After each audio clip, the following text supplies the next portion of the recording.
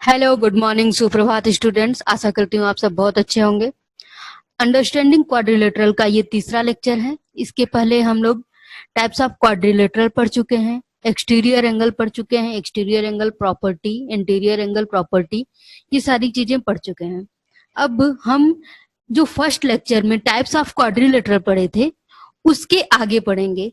Types of quadrilateral को वहां पर मैंने काफी अच्छे से एक्सप्लेन किया था, तो जो भी लोग टाइप्स ऑफ क्वाड्रिलेटरल ना देखे हो फर्स्ट वाला लेक्चर, तो प्लीज एक बार पहले जाके वहां पर देख लें, क्योंकि मैं फिर से यहाँ रिपीट नहीं करूंगी। मैं यहाँ पर सीधे पैरेललोग्राम की प्रॉपर्टी और उसके टाइप्स को डिस्कस करूंगी। सो टाइप्स ऑफ क्वाड्रिलेटरल वहां पर पूरा अच्छे तरीके से कि क्वाड्रिलेटरल को 3 टाइप में डिवाइड किया जाता है, फर्दर पैरेललोग्राम कितने टाइप में डिवाइड होता है, ये सारी चीजें इसी के फर्स्ट वाले लेक्चर में एक्सप्लेन की गई हैं। तो आप लोग पहले उसको देख लीजिए, टाइप्स ऑफ क्वाड्रिलेटरल, उसके बाद ये वीडियो देखिए। सो स्टार्ट करते हैं। तो जैसा कि हमको types of parallelogram and properties of parallelogram पढ़ना है, तो सबसे पहले पैरेललोग्राम देख लें कि पैरेललोग्राम होता क्या है। एक बार फिर से रिपीट करते हैं। पैरेललोग्राम को ऐसे डिफाइन करते हैं कि एक quadrilateral in which 2 pair of sides are parallel. ठीक है, ये कह सकते हैं कि एक ऐसा क्वाड्रिलेटरल जिसके दो पेयर साइड्स के पैरेलल होते हैं। मतलब कि अगर ए बी जो है सी डी के पैरेलल है और ए डी बी सी के पैरेलल है, तो कहेंगे कि A B C D parallelogram है। अच्छा, ये पैरेललिज्म का ही जो कंडीशन है वो अपने आप में सफिशिएंट है, बट अगर जब देखते हैं कि ए बी सी डी के पैरेलल है, ए डी बी सी के पैरेलल है, तो इक्वलिटी का कंडीशन इसी के साथ आ जाता है। मतलब कि ए बी सी डी के इक्वल होगा और ए डी सी बी के इक्वल होगा। सो थोड़ा सा और अगर इसको एक्सटेंड करके पूरा अच्छे से एक्सप्लेन करें तो क्या कहेंगे कि a quadrilateral in which 2 pair of opposite sides are parallel and equal.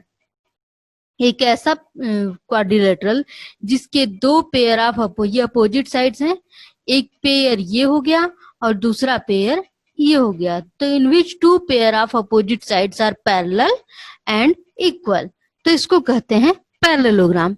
अब पैरेललोग्राम के कुछ एलिमेंट्स का डिस्कशन करना है। तो एलिमेंट्स मतलब कि क्या क्या हम डिस्कस कर रहे हैं। तो सबसे पहले हम यहाँ पर डिस्कस करने जा रहे हैं opposite sides. Opposite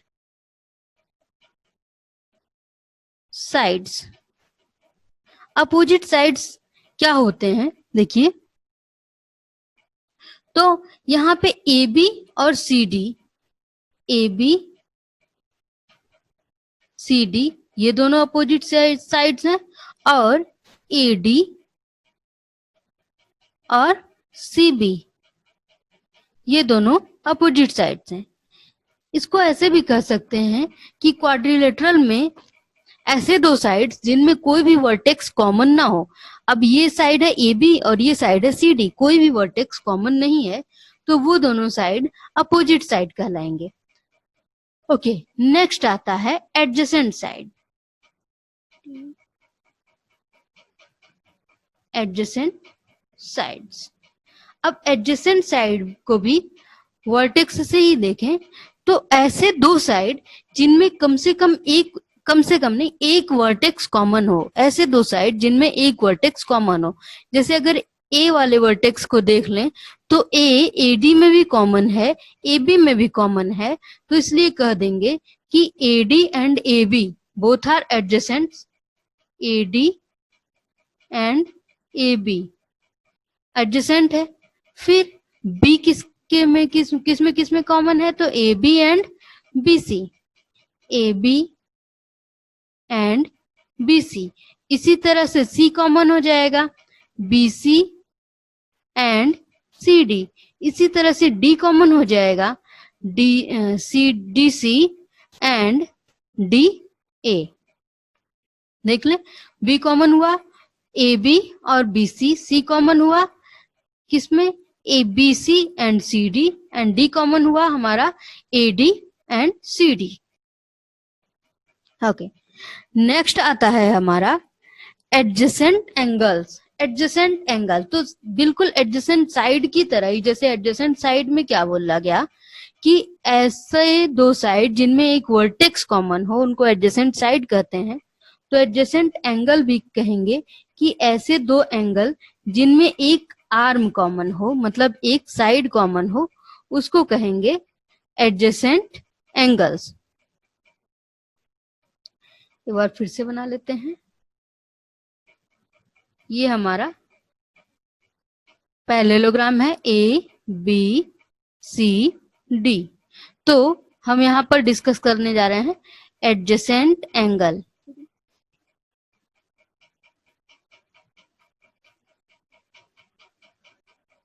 adjacent angles तो कौन कौन से एंगल हो जाएंगे।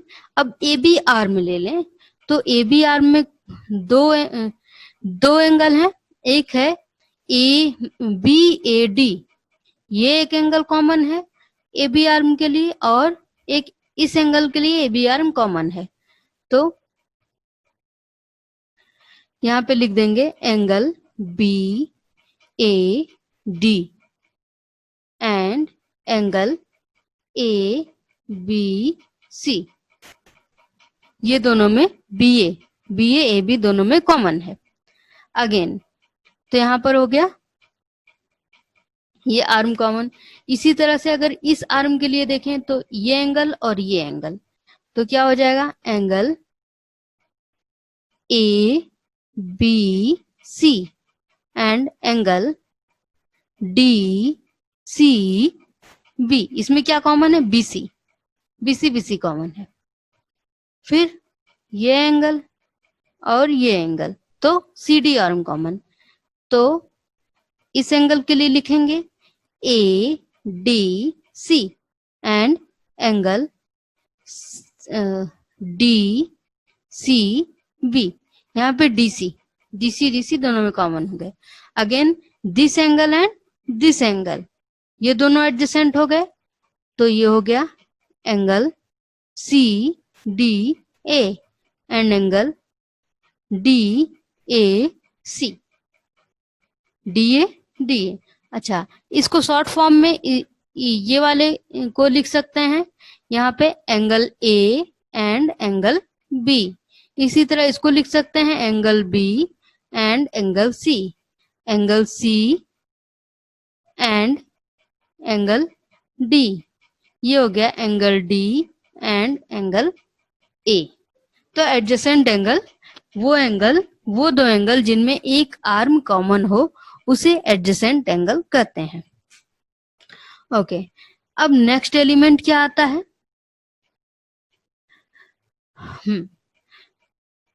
एक एग्जाम्पल दिया हुआ है इसी के बीच में, सॉरी प्रॉपर्टी। सबसे पहले प्रॉपर्टी, पैरेललोग्राम की प्रॉपर्टी भी देख लें।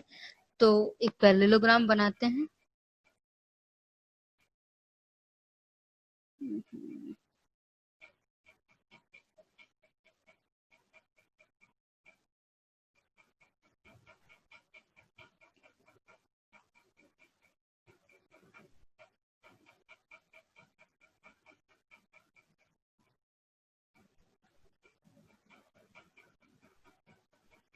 ये हमारा एक पैरेललोग्राम बन गया, ए बी सी डी।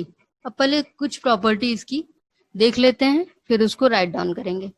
तो सबसे पहली प्रॉपर्टी की अपोजिट साइड्स इक्वल होते हैं और पैरेलल होते हैं, तो ये पहली प्रॉपर्टी हो गई। दूसरी प्रॉपर्टी क्या होती है, अपोजिट एंगल जो होते हैं वो भी इक्वल होते हैं, मतलब ए सी के इक्वल, बी डी के इक्वल। अपोजिट एंगल क्या होता है, अपोजिट एंगल जिसमें कोई भी आर्म कॉमन ना हो। जैसे यहाँ पे है डी ए बी और डी सी ए, ये अपोजिट एंगल्स हैं। तो या एंगल ए एंगल सी का opposite, angle D angle B का अपोजिट। तो दूसरी प्रॉपर्टी होती है फर्स्ट प्रॉपर्टी क्या होती है? अपोजिट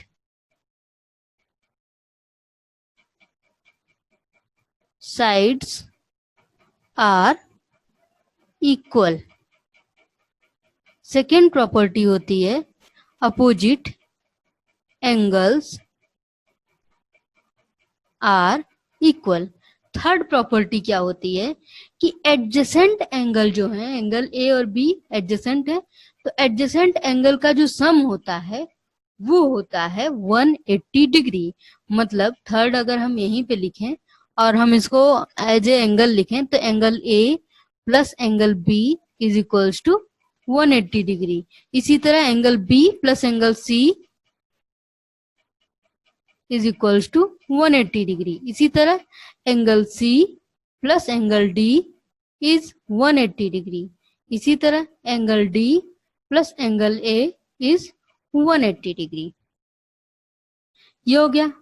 और फोर्थ प्रॉपर्टी जो काफी इंपॉर्टेंट इसमें दे रखा है वो प्रॉपर्टी होता है कि जो डायगोनल्स होते हैं पैरेललोग्राम के वो एक दूसरे को बाइसेक्ट करते हैं। Diagonals of a parallelogram bisect each other. मतलब अगर ये डायगोनल एक दूसरे को मान लिया ओ पे काटते हैं तो ये जो AO और OC है वो इक्वल होगा। AO is equals to OC and DO is equals to OB। तो इसको क्या लिखेंगे कि फोर्थ प्रॉपर्टी ये जा रही है diagonals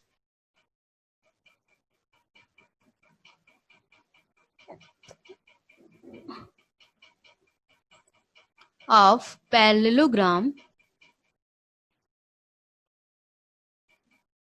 bisect each other। Okay, अब नेक्स्ट देख लेते हैं। तो ये प्रॉपर्टीज एक दूसरे की ये पैरेललोग्राम की प्रॉपर्टीज हो गई। कुछ अगर हम एग्जाम्पल इसके क्वेश्चन देखने की कोशिश करें तो क्वेश्चन में एक जो क्वेश्चन दिख रहा है मुझे, जो मुझे लगता है कि डिस्कस कर देना चाहिए, एक्सरसाइज 3.3 का क्वेश्चन नंबर है 3। दिस इज एक्सरसाइज 3.3 का क्वेश्चन नंबर 3। इसमें कुछ खास नहीं है, बस इसके क्वेश्चन के लैंग्वेज में थोड़ा सा कंफ्यूजन हो सकता है आप लोग को। Can a quadrilateral ABCD be a parallelogram if. यहाँ पे पूछा जा रहा है कि अगर कोई एक क्वाड्रिलेटरल है ABCD, ये एक पैरेललोग्राम हो सकता है क्या, अगर कुछ कंडीशन दिए हुए हैं। ये नहीं बोला जा रहा है कि ये कंडीशन दिए हैं तभी पैरेललोग्राम होगा, लेकिन ये बोल रहा है कि ये कंडीशन के साथ भी क्या वो पैरेललोग्राम हो सकता है। तो सबसे पहला कंडीशन गिवन है कि angle D plus angle B is equals to 180 degree. ये गिवन है। एक क्वाड्रिलेटरल कोई गिवन है ऐसे ABCD, तो बोला जा रहा है angle B plus angle D is equals to 180 degree. कोई बात नहीं, angle B plus angle D is equals to 180 degree. हमने क्या देखा है पैरेललोग्राम में जो एंगल होते हैं अपोजिट, ये दोनों अपोजिट एंगल हैं, अपोजिट एंगल इक्वल होते हैं। लेकिन ऐसा थोड़ी बोला गया है कि इनका सम 180 हो नहीं सकता। 180 है तो इसका मतलब ये दोनों 90-90 होंगे। इसका मतलब ये जब 90-90 होंगे तो इन दो, अगर ये पैरेललोग्राम है तो ये भी 90 होगा। तो ये एक तरीके का रेक्टेंगल हो गया। तो हाँ, इसमें लिखेंगे yes it can be, it can be. ये कंडीशन नहीं है पैरेललोग्राम होने की, लेकिन ये ऐसी भी कंडीशन नहीं है जिससे वो पैरेललोग्राम ना हो। सेकंड क्वेश्चन से अभी समझ में आएगा। सेकंड में बोला जा रहा है कि AB, यहाँ पे बोला है AB is equals to DC। AB DC के इक्वल है, चलिए अच्छी बात। Next AD is equals to 4 centimetre and BC is equals to 4.4। ये दोनों इक्वल नहीं हुए, ये दोनों इक्वल नहीं हुए। लेकिन पैरेललोग्राम में क्या बोला जाता है कि both the opposite sides are equal and parallel. तो इसलिए ये क्या हो जाएगा, no this can not be a parallelogram. कुछ भी कर लेंगे ये पैरेललोग्राम तो नहीं हो सकता। एंड नेक्स्ट है angle A is equals to 70 degree and C is equals to 65 degree. ये हो गया ए बी सी डी, तो ये 70 है और ये 65 है। ये भी नहीं हो सकता क्योंकि अपोजिट साइड है, अपोजिट साइड तो इक्वल होने चाहिए पैरेललोग्राम में, और ये इक्वल नहीं है, तो इट कैन नॉट बी। तो इस वजह से इस तरह हम देख रहे हैं कि जब ये पूछ रहा है कि कैन इट बी पैरेललोग्राम, इसका मतलब कि हमें बस चेक करना है कि पैरेललोग्राम का जो बेसिक स्ट्रक्चर है उसको छेड़छाड़ ना किया जाए, अदरवाइज कुछ भी हो कोई दिक्कत नहीं है। अगर यहाँ पे ये क्या बोलते हैं, नथिंग, ये 70 है, सी भी 70 दे देता तो बोल देते कि हाँ ये पैरेललोग्राम हो सकता है। जरूरी नहीं है कि ए 70 या बी सी भी 70 हो तो हमेशा होगा ही, लेकिन ये पैरेललोग्राम न होने का कोई कंडीशन नहीं है। आई होप ये चीज समझ में आ रही होगी आप लोग को। तो ये एक्सरसाइज एज ए होमवर्क है। अब नेक्स्ट आता है सम स्पेशल पैरेललोग्राम। ये भी मैंने फर्स्ट लेक्चर में पढ़ा रखा है। सम स्पेशल पैरेललोग्राम को भी फर्दर डिवाइड किया जाता है कितने पार्ट में। ये है हमारा parallelogram.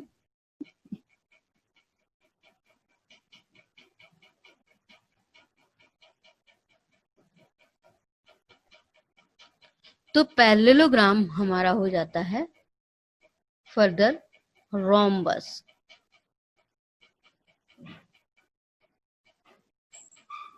Rectangle and this is square. Condition देख लेते हैं। रोम्बस क्या बोलते हैं, पैरेललोग्राम की तो सारी कंडीशन इसमें रहे, मतलब क्या कि अपोजिट साइड पैरेलल और इक्वल भी रहे, इसके साथ ही अपोजिट साइड तो पैरेलल रहे। रोम्बस में क्या होता है, ऑल साइड्स आर इक्वल।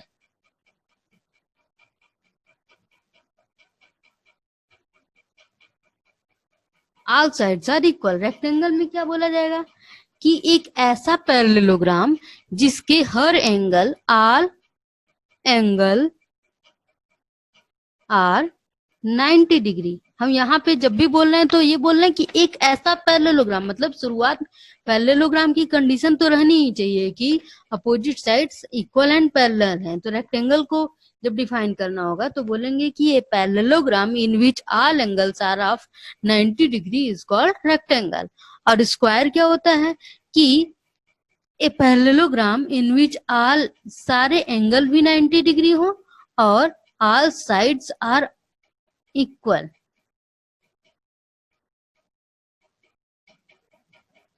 तो ये हो गया स्क्वायर। मतलब रोम्बस में हमारा क्या हो गया, ऑल साइड्स आर इक्वल। इसमें हमारा ये कंडीशन में आया। रेक्टेंगल में आया ऑल एंगल्स आर 90 डिग्री, और स्क्वायर में इन दोनों को मिला दिया गया, मतलब ये भी चाहिए हमें, ये भी चाहिए। ऑल साइड्स आर इक्वल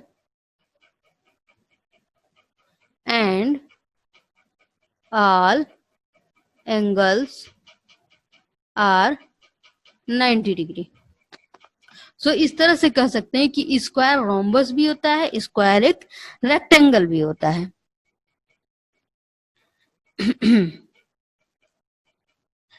तो ये आपका आ गया रोम्बस, रेक्टेंगल एंड स्क्वायर। अब इसके प्रॉपर्टीज हमें पढ़ने हैं। रोम्बस की प्रॉपर्टी, रेक्टेंगल की प्रॉपर्टी और स्क्वायर की प्रॉपर्टी, एंड उसके बाद हमें क्वेश्चंस लगाने हैं। तो सबसे पहले मैं बोलूंगी कि ये पूरा का पूरा लेक्चर आप लोग देखिए, और अगर लेक्चर देख रहे हैं तो इस क्वेश्चन से, इस पूरे चैप्टर से जो भी क्वेश्चन आपको पूछना है, जिस भी एक्सरसाइज का, इस पूरे चैप्टर के किसी भी एक्सरसाइज का कोई भी क्वेश्चन पूछना है, आप कमेंट बॉक्स में उसको ड्रॉप कर दीजिए कि मुझे ये क्वेश्चन चाहिए। तो मैं वो सारे क्वेश्चन को लास्ट का, जो इसके बाद का जो आएगा वीडियो, वो इस चैप्टर का लास्ट वीडियो होगा। उसमें कुछ प्रॉपर्टी जो बची है वो कवर करेंगे और सारे क्वेश्चन को कवर करेंगे। सो आई होप आप लोग इसको लगाएंगे। और हाँ, सारे क्वेश्चन, जिसको भी क्वेश्चन नहीं आ रहा है, एक भी क्वेश्चन जो नहीं आ रहा है, पूरी की पूरी एक्सरसाइज ही नहीं आ रही है, तो ऐसे मत डाल दीजिएगा कि 3.1 नहीं, सबको ट्राई करिए। हाँ, अगर नहीं आ रहा है तो डालिए। सो जय हिंद, जय भारत।